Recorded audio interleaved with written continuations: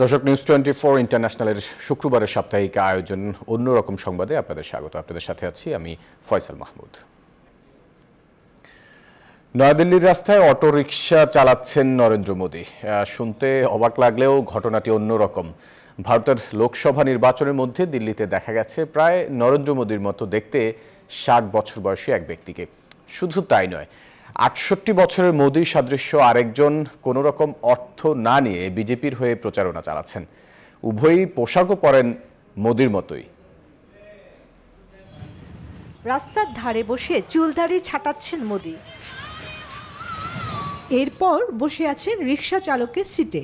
একে দেখে যে কেউ ভ্যাপাচাকা খেয়ে যেতে পারেন। ভারতের প্রধানমন্ত্রী নরেন্দ্র মোদীর মতো প্রায় দেখতে এই ব্যক্তির নাম রশিদ আহমেদ। পেশায় একজন ইলেকট্রিক রিকশা চালক। স্ত্রী, সন্তান, নাতি নাতনিদের নিয়ে দিল্লির 2 রুমের বাসায় তার বসবাস। প্রতিবেশীরা তাই ভালোবেসে মোদী বলে ডাকেন তাকে। 60 বছর বয়সী এই ব্যক্তি পোশাকও পরেন মোদীর মতো। প্রতিদিন স্কুল থেকে আনা নেওয়া করেন কোমলমতি শিশুদের। তাদের মাঝে মোদী আঙ্কেল নামে বেশ পরিচিত। প্রধানমন্ত্রীর মতো দেখতে হওয়ায় আশপাশের বাসিন্দাদের মাঝে বেশ নামডাকও তার। ব্যক্তিগতভাবে পছন্দ করেন দেশ নিয়ে প্রধানমন্ত্রীর কাজ করার ধরন, চিন্তা ভাবনা ও রাজনৈতিক কৌশল। মোদীর কাজ করার ধরন আমি পছন্দ করি। কিছু অসাধু মানুষ রয়েছেন যারা বাজে কাজ করেন, ধর্মের নামে ভেদাভেদ এবং দলের নাম খারাপ করেন। প্রধানমন্ত্রী না হলেও সেলিব্রিটিদের কাতারে রশিদ আহমেদ। প্রতিদিনই আগ্রহীদের অনুরোধে ছবি তোলেন তাদের সঙ্গে।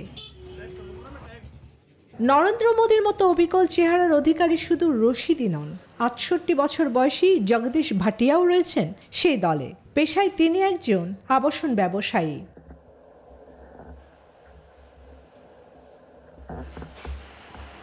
मोदी जी की वर्किंग बहुत अच्छी लगी, जिस तरीके इन्होंने कंट्री की डेवलपमेंट के लिए या और কোন রকম অর্থ নেওয়া ছাড়াই বিজেপির র্যালিতে অংশগ্রহণ করেন তিনি। মোদীর মতো চেহারার অধিকারী হওয়ায় বিষয়টি সামাজিক দায়িত্ব মনে করেন ভাটিয়া। চন্দ্রানী চন্দ্রা, নিউজ 24। দর্শক, পোশাক কুকুর নিয়ে চলাচলের জন্য বিশেষ ফ্লাইটের ঘোষণা দিল যুক্তরাষ্ট্রের বার্ক এয়ারলাইন্স। অভ্যন্তরীণ ও আন্তর্জাতিক রুটে এই ফ্লাইট পরিচালনা করবে সংস্থাটি। এর সঙ্গে নিজেদের মাসিক সেবা প্যাকেজও প্রকাশ করেছে তারা। নিয়ে উড়োজাহাজে ভ্রমণ করতে পারবেন ভ্রমণ পিপাসুরা। পোষা কুকুর নিয়ে চলাচলের জন্য বিশেষ ফ্লাইটের ঘোষণা দিয়েছে যুক্তরাষ্ট্রের বার্ক এয়ারলাইন্স। সংস্থাটি অভ্যন্তরীণ ও আন্তর্জাতিক রুটে এই ফ্লাইট পরিচালনা করবে, যেখানে কুকুরকে দেয়া হয় পাসপোর্ট ও বোর্ডিং পাস কার্ড। এতে পোষা কুকুরের জন্য থাকছে বিশেষ ব্যবস্থা। বার্কের সহ প্রতিষ্ঠাতা ও প্রধান নির্বাহী কর্মকর্তা ম্যাট মিকার বলেন, এটি এমন এক সেবা যা পুরো বিশ্বের চাওয়া। আজকে এখানে আমরা বার্ক এয়ার চালু করেছি, যেটি সব আকারের কুকুরের জন্য একটি পরিষেবা, যেখানে লোকেরা আরামে এবং স্টাইলে দীর্ঘ দূরত্ব ভ্রমণ করতে পারবে। বার্ক এয়ারের এ ফ্লাইটে গত 11 এপ্রিল থেকে বুকিং নেওয়া শুরু হয়েছে। এটি নিউ ইয়র্ক থেকে লস অ্যাঞ্জেলেসে সপ্তাহে 1টি এবং নিউ ইয়র্ক থেকে লন্ডনে মাসে 2টি ফ্লাইট পরিচালনা করবে। ট্রান্স কন্টিনেন্টাল ইউএস ফ্লাইটে এক যাত্রী ও একটি কুকুরের ভাড়া $6,000 এবং ট্রান্স আটলান্টিক রুটে $8,000। বার্ক এয়ারলাইন্সের প্রথম ফ্লাইট 23 এপ্রিল। এতে ক্রু বাদে 14টি আসন থাকলেও সর্বোচ্চ 10 জন এতে চড়তে পারবেন।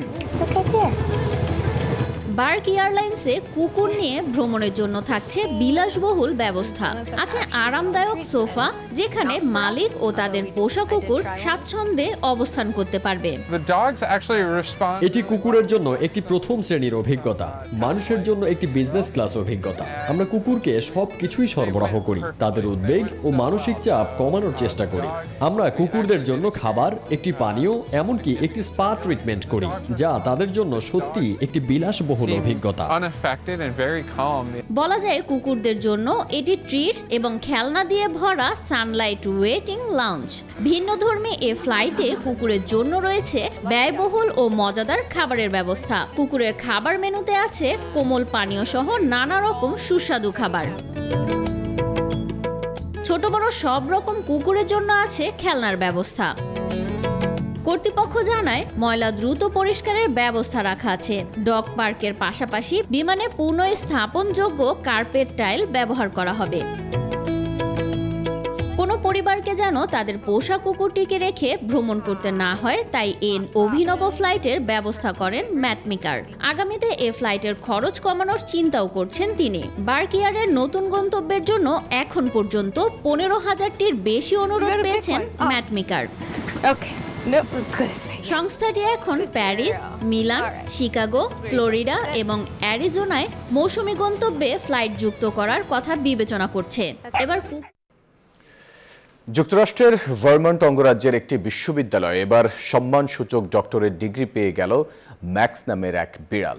তবে ইঁদুর শিকারের জন্য নয়, তার বন্ধুত্বপূর্ণ আচরণের জন্যই ডিগ্রি দিয়েছে ভারমন্ট স্টেট বিশ্ববিদ্যালয়ের ক্যাস্টলেটন ক্যাম্পাস। জানা গেছে, ক্যাম্পাসে প্রধান ফটকের আগে সড়কের পাশের একটি বাড়িতে থাকে গায়ে ডোরা কাটা সেখানকার সবার প্রিয় বিড়ালটি। বিড়ালকে গবেষকের মর্যাদা দিল যুক্তরাষ্ট্রের একটি স্বনামধন্য বিশ্ববিদ্যালয়। এই খবর মুহূর্তেই করোনার মতো ছড়িয়ে পড়েছে, ভাইরাল হয়েছে বিশ্বজুড়ে। ভারমন্ট স্টেট ইউনিভার্সিটির শিক্ষার্থীদের স্নাতক সমাপনী অনুষ্ঠানে বিড়ালটিকে ডক্টরেট অব লিটারেচার বা ডি.লিট ডিগ্রি দেওয়া হয়। ক্লাসে শিক্ষকের লেকচার না শুনেও বিরল এই সম্মাননা পেয়েছে ম্যাক্স ডৌ নামের একটি বিড়াল। 19 মে বার্তা সংস্থা অ্যাসোসিয়েটেড প্রেসের এক প্রতিবেদনে জানা যায়, ম্যাক্স নামের ওই বিড়ালটিকে ইঁদুর শিকার বা ঘুমানোর কৃতিত্বের জন্য নয়, বরং ভারমন্ট স্টেট ইউনিভার্সিটির ক্যাসেলটন ক্যাম্পাস তার বন্ধুত্বপূর্ণ আচরণের স্বীকৃতি হিসেবে তাকে এই ডক্টরেট ডিগ্রি দিয়েছে। এমনকি ইউনিভার্সিটির বোর্ড অব ট্রাস্টি বিড়ালটিকে অভ্যর্থনা জানিয়ে লিখেছে, অভিনন্দন ডক্টর ম্যাক্স ডৌ। ম্যাক্স ডৌ নামের বিড়ালটি একসময় ভারমন্টের বেওয়ারিশ বিড়াল ছানা ছিল। তবে গত 5 বছর ধরে সে ক্যাসেলটনে তার মালিক অ্যাশলে ডৌ এর সঙ্গে থাকছে। অ্যাশলের সঙ্গে থাকাকালীন বিশ্ববিদ্যালয়ের পুরোটা ক্যাম্পাসেই ঘুরে বেরিয়েছে ম্যাক্স। ধীরে ধীরে শিক্ষাঙ্গনের সবার প্রিয় হয়ে ওঠে বিড়ালটি। শিক্ষার্থীরা ম্যাক্সকে তাদের ব্যাকপ্যাকে নিয়ে ঘুরে বেড়ান, ছবি তোলেন। এমনকি সাবেক শিক্ষার্থীরা ক্যাম্পাসে আসলে তারাও খোঁজ নিতে মালিকের কাছে যান। ক্যাম্পাসে প্রধান ফটকের আগে সড়কের পাশেই ডক্টরেট ডিগ্রিধারী বিড়াল ম্যাক্সের মালিক অ্যাশলে ডৌ এর বাড়ি। ওই বাড়ির পরিবারের সদস্যদের সঙ্গেই থাকে প্রিয় ডোরাকাটা বিড়াল ম্যাক্স ডৌ। বিড়ালটি নিয়মিতই ভারমন্ট স্টেট ইউনিভার্সিটির শিক্ষার্থীদের সঙ্গেই ঘুরে বেড়ায়। মাঝে মাঝে বাড়ি ফিরতে দেরি হলে শিক্ষার্থীরা তাকে ঘরে পৌঁছে দেয়। দর্শক, দক্ষিণ কোরিয়ায় অনুষ্ঠিত হয়ে গেল ব্যতিক্রমী প্রতিযোগিতা স্বল্প ঘুম বা পাওয়ার ন্যাপ প্রতিযোগিতা। পর্যাপ্ত বিশ্রাম এবং ঘুমের সুফল সম্পর্কে সচেতনতা সৃষ্টির জন্যই এমন উদ্যোগ বলছেন আয়োজকরা।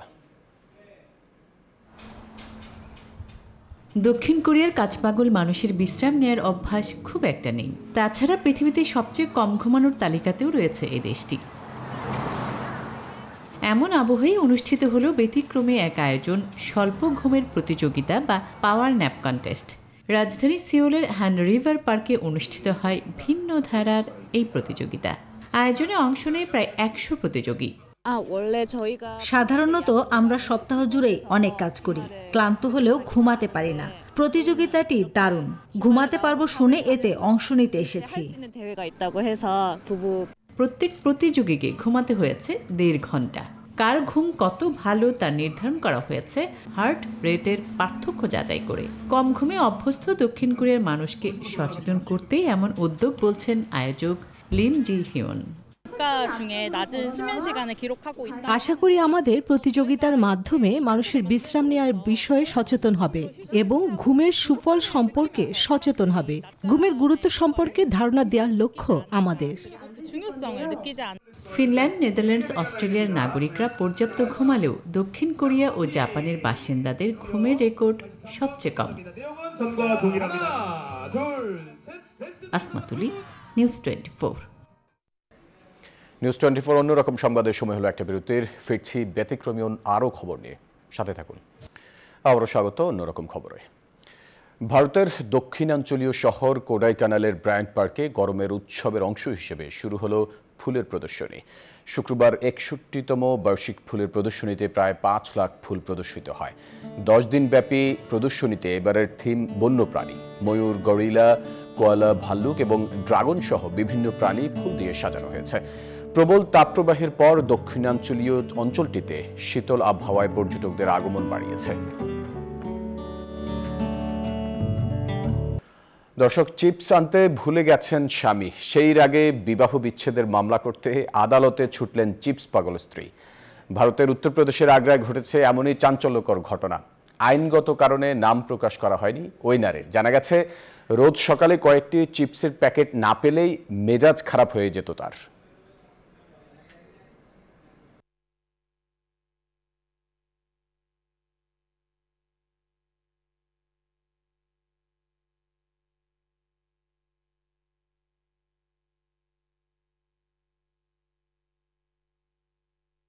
দর্শক, ছিল নিউজ 24 অন্যরকম সংবাদে এতক্ষণ সাথে থাকায় ধন্যবাদ সবাইকে।